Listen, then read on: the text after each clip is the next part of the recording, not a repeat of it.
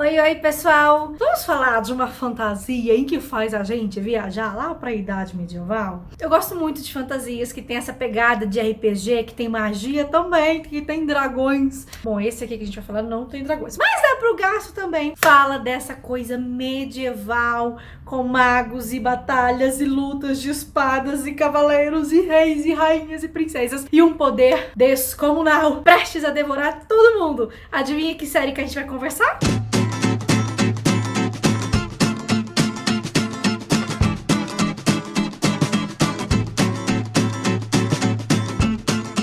Nesses 6 livrinhos vamos acompanhar a história de 4 personagens. O Magnus, que é o príncipe, a sua irmã Lúcia, que é uma princesa, mas que também é uma feiticeira e ninguém ainda sabe.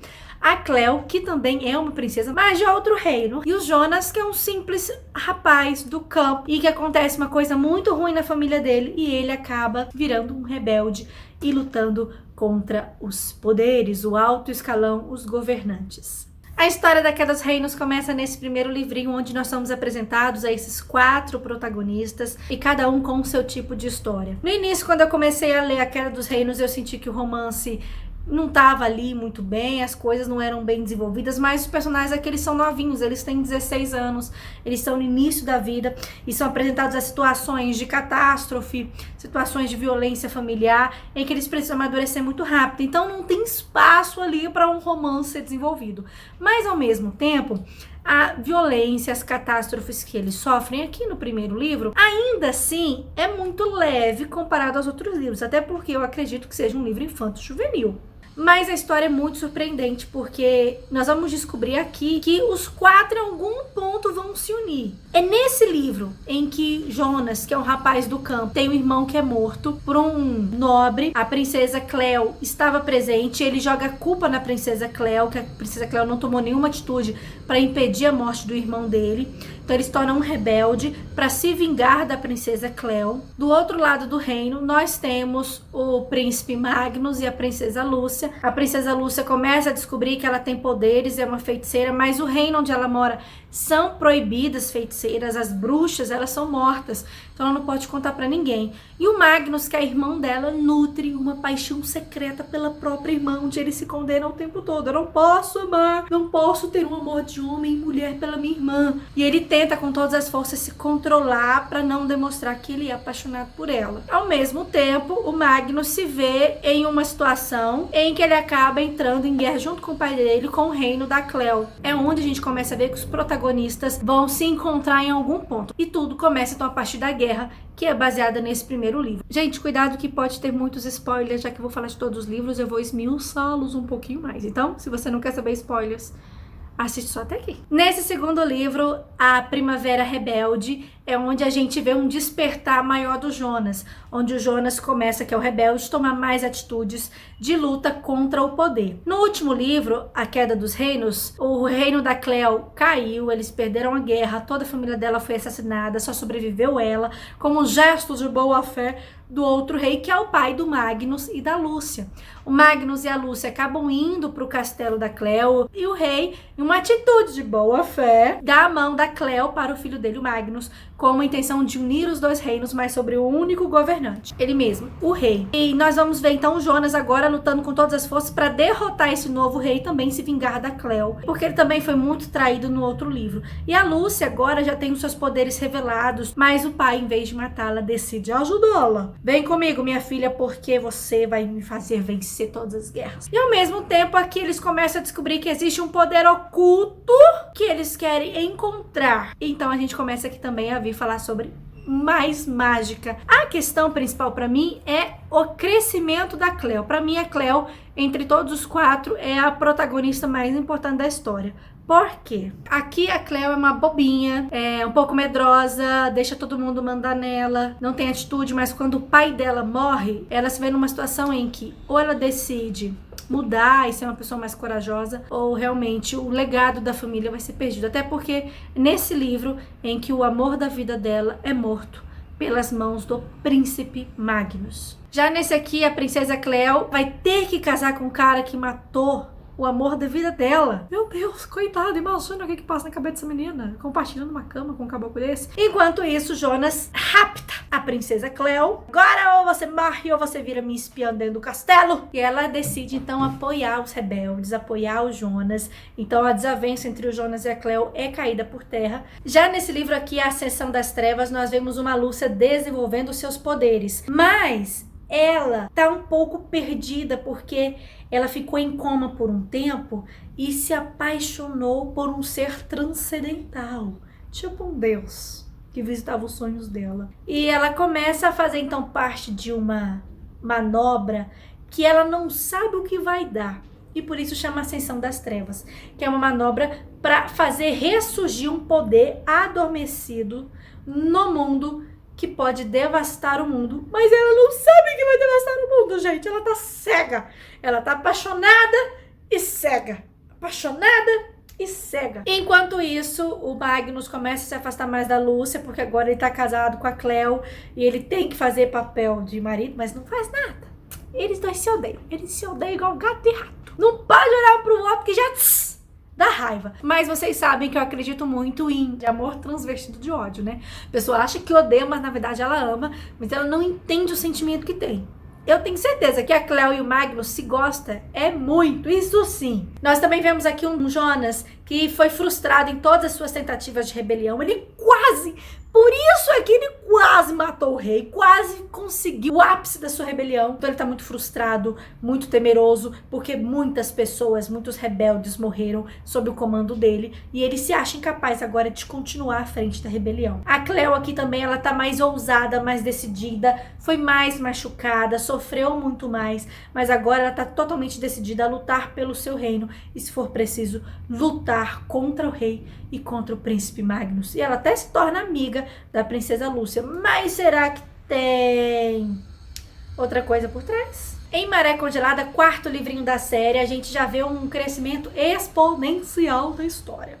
Porque aqui a magia de fato faz BUM! A magia explode. Porque a magia, ela sai da terra e ela vira vida, vira um ser humano. Então aqui a gente começa a perceber os primeiros danos que uma magia descontrolada, cruel, pode causar e devastar o mundo. Só que a Lúcia é consumida por essa magia, ela não sabe o que vai fazer e acaba então se rebelando contra tudo e contra todos, principalmente por ter perdido o seu grande amor. E acaba destruindo, matando muita gente nesse processo. Magnus, irmão dela, não acredita que ela seja capaz de tais atrocidades, ainda acredita na possibilidade dela estar sendo usada só como marionete. Já a princesa Cleo, já o Jonas, já pensam ao contrário, porque inclusive a princesa Lúcia encontra um momento com Jonas e ela permite que a magia mate uma pessoa muito próxima ao Jonas, na qual ele estava se apaixonando, estava se apegando. Então ele também começa a ter um pouco de raiva da princesa Lúcia. Gente, eu vou ser muito sincera, o Jonas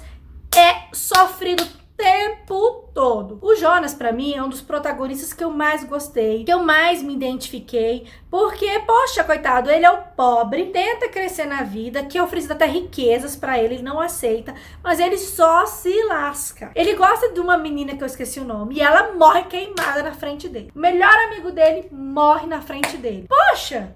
Todo mundo que ele gosta morre. E o interessante desses livros é você perceber a evolução de cada personagem. Em Tempestade de Cristal a gente começa então a chegar ao ápice da história. Quando então agora as coisas começam a fazer sentido. A gente descobre que na verdade o rei não é o verdadeiro inimigo, e sim essas forças das trevas cheias de poder que estão querendo devastar o mundo inteiro. Eles são os verdadeiros inimigos, e aqui a gente vê início de luta contra esse poder que quer de fato ressurgir com força total.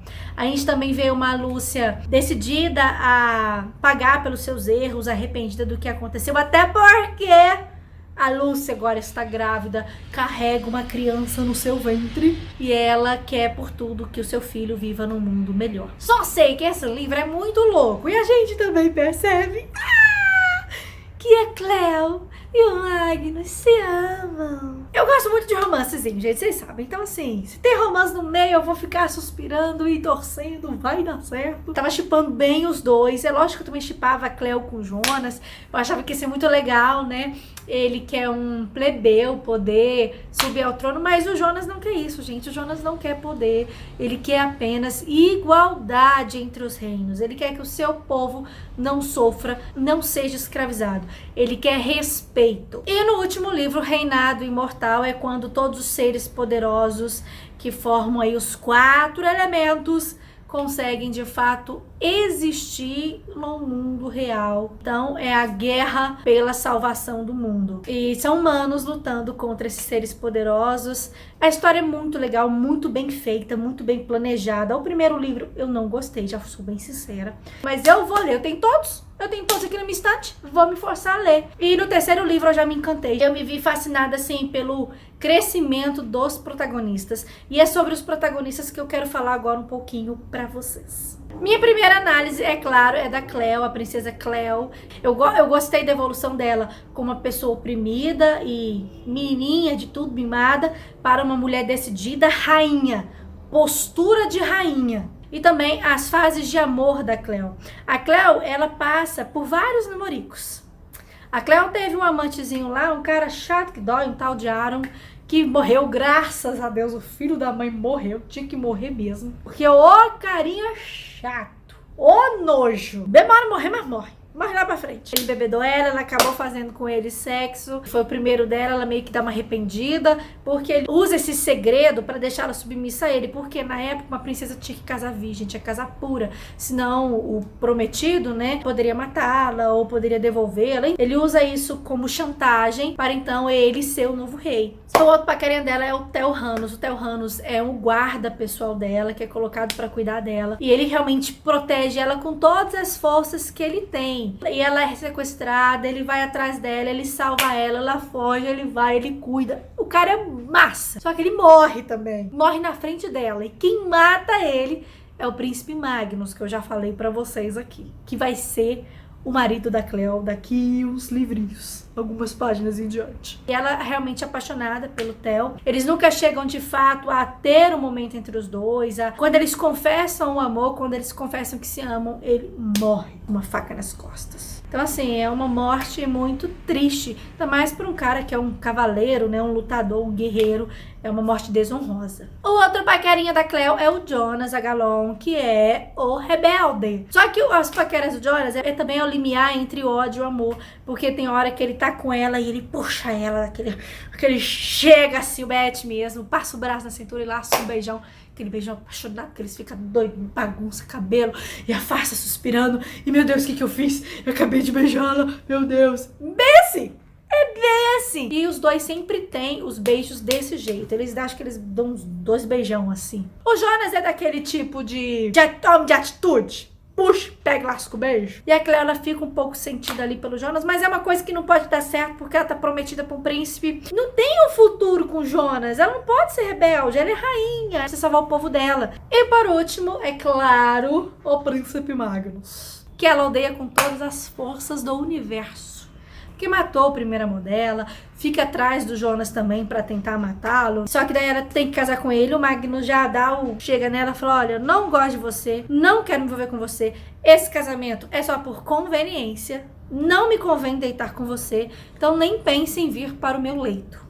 Eu até anotei aqui os momentos do Magnus com a Cleo, deixa eu contar pra vocês. Em uma noite de bebedeira, vemos vulnerabilidade no Magnus. E ele demonstra que se importa com ela, então, com essa vulnerabilidade. Em um momento, a Cleo é presa, suspeita aí de traição, o rei manda prender ele, e o rei fala, vai lá, entrar no calabouço e mata a sua mulher. O que o Magnus faz? Salva ela e foge com ela. É lógico que ele tem uma outra desculpinha lá, que você tem que ler o livro pra descobrir, mas ele salva ela. E durante uma discussão, os dois perdem o controle e se beijam calorosamente. Acho que a autora, ela gosta dos beijos assim, sabe? Os beijos no calor da emoção. De pegar e sair beijando, arrancar cabelo, aquela coisa louca. E apesar deles sempre estarem trocando farpas, né, e palavras frias, a Cleo em um sequestro, né? Ela é sequestrada também em um momento do livro, e durante uma forte nevasca, ele vai atrás dela. Ele tá machucado, ele tá ferido, tem neve por todo lado, ele não enxerga nada, mas ele vai pra salvá-la aí dos sequestradores. Eles se encontram, vão pra uma cabaninha, e lá nessa cabaninha, eles finalmente confessam seu amor, confessam que se amam, e tem então a sua primeira noite de amor. Como a Cleo é a protagonista que eu mais gosto, é lógico que eu tenho mais espaço aqui pra ela, né, gente? O crescimento do Magnus é mais em relação a... Acabou o amor pela irmã que ele tinha, aí ele começou a ter ódio do pai, luta contra o pai, finge ser a favor do pai, mas aí um monte de coisa acontece, ele quer matar o pai porque o pai matou não sei quem, não sei quem, não sei quem, ai meu Deus do céu. O Magnus também, ele cresce muito como regente, sabe? Ele tem tudo pra se tornar um bom rei, porque no fim ele pode se tornar uma boa pessoa. Ele, na verdade, o Magnus é, gente, o Magnus não é mau. O Magnus é uma boa pessoa com algumas certas ações ruins, mas faz parte do caráter do rei, de mandar, de achar que todo mundo tem que obedecê-lo, respeitá-lo.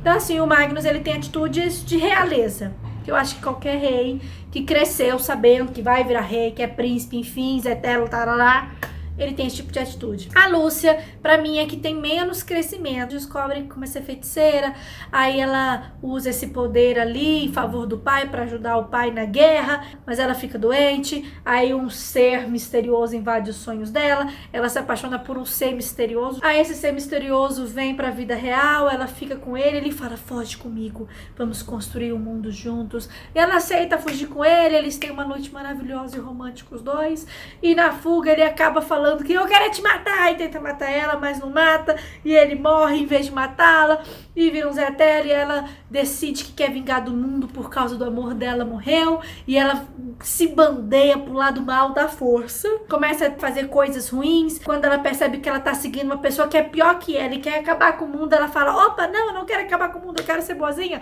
volta atrás, mas aí descobre que tá grávida. E daí ela pensa, gente do céu, eu não posso ser má, né? Porque meu bebê não merece um mundo ruim. Aí ela tenta ser boazinha, tenta encontrar família, aí tem toda aquela coisa de ninguém achar ninguém, tá? Cada um num canto do país. As pessoas não se encontram. Quem ajuda a Lúcia, quem protege a Lúcia, no fim das contas é o Jonas. O Jonas percebe bondade nela, apesar de todas as coisas ruins que ela fez, e ajuda, então, sabendo que ela é a única que pode destruir os seres elementares que querem destruir o mundo. O poder dela é o único capaz disso. E também começa a rolar um clima entre os dois, mas isso não é trabalhado no livro. E já que eu comecei a falar do Jonas, vamos falar do Jonas Agalon, um plebeu, basiquinho, vivendo a vida dele numa boa, tranquilo. Quando o irmão dele é morto, ele decide se vingar. Aí da vingança leva pra guerra, da guerra leva pra rebelião, da rebelião leva pro monte de morte de vários rebeldes, e morre amigo dele, morre a menina que ele ama, e ele se frustra, e ele rapta a princesa, e ele devolve a princesa, e ele rapta a princesa, transforma a princesa em espiã, beija a princesa. Aí ele vai pra um canto, aí um monte de gente morre, aí ele descobre um poder, ele resgata não sei quem, aí ele viaja lá pra outro país, descobre outra rebelião, aí ele volta, encontra com o príncipe decide não matá-lo, fala vamos ser aliados, de repente ele se alia ao príncipe Magnus, o rebelde, forma uma aliança pra salvar o mundo, e é uma coisa mais louca. E eu acho que o legal da história é quando ele se alia ao príncipe, porque é uma coisa que a gente menos esperava. O Jonas encontra a irmã do príncipe que estava desaparecida e realmente ajuda ela a destruir os seres elementares, e ele é peça fundamental. Sem o Jonas nada seria possível. O Jonas, ele é meio que o elo que liga todas as três pessoas da realeza, né? A Lúcia, o Magnus e a Cleo, para então, enfim, eles juntos, os quatro, conseguirem destruir os seres elementares. É um vídeo que eu falo um pouco brincando, gente. Eu tô brincando, né? A gente zoa um pouquinho, mas é uma história, como eu falei, muito bem construída, muito bem feita. A autora foi muito inteligente na criação de todo o processo da escrita, todo o processo da história, da construção dos personagens. É incrível a forma como ela cria, como ela lida com eles. Houve um crescimento exponencial da história a partir do terceiro livro. Pra mim, esses dois primeiros, A Queda dos Reinos e Primavera Rebelde, são os mais fraquinhos. Principalmente A Queda dos Reinos. Eu acho que muita gente pode ter desistido de ler a história com este aqui. Ele foi o que mais deixou a desejar. Então a Primavera Rebelde já dá um salto, já melhora a história, mas tudo começa a fazer sentido finalmente aqui em A Seção das Trevas, onde a gente percebe aonde a autora quer chegar e a gente também percebe um jogo político melhor. E a gente vê eles mais maduros em suas atitudes, porque a maioria já sofreu pra caramba. Muitas perdas, muitas mortes, e aqueles já estão moldados pelo sofrimento. Eu recomendaria para quem tem seus 12, 13, 14, até seus 16 anos. Acho que para o pessoal acima de 18 é uma história legal, mas você não pode ser tão crítico, porque eu acho que ela não é para sua idade. Isadora, pode se comparar a Game of Thrones? Pelo amor de Deus, não! Não compara Game of Thrones, nem chega aos pés. Game of Thrones é muito mais complexo. Eu acho que eu demorei em torno de 2 meses para ler os 6 livros e foi uma experiência muito legal para mim, para voltar a ler, a ter acesso a uma literatura mais jovem. Eu tenho lido muitos livros voltados mais para o público adulto, então foi uma experiência legal para eu perceber, para falar para você que faz parte do público jovem, que me acompanha, que me assiste, que é um livro que eu posso indicar para menores. Legal, né? Finalmente, né, gente? Não tem livro aqui que indica para menores, né? Se você chegou até aqui, até o final desse vídeo, muito obrigada por ter me escutado. Não esqueça de deixar o seu joinha nesse vídeo, se inscreve no canal e comenta, tá bom? O que você achou, se você já leu ou se você quer ler. E tchau!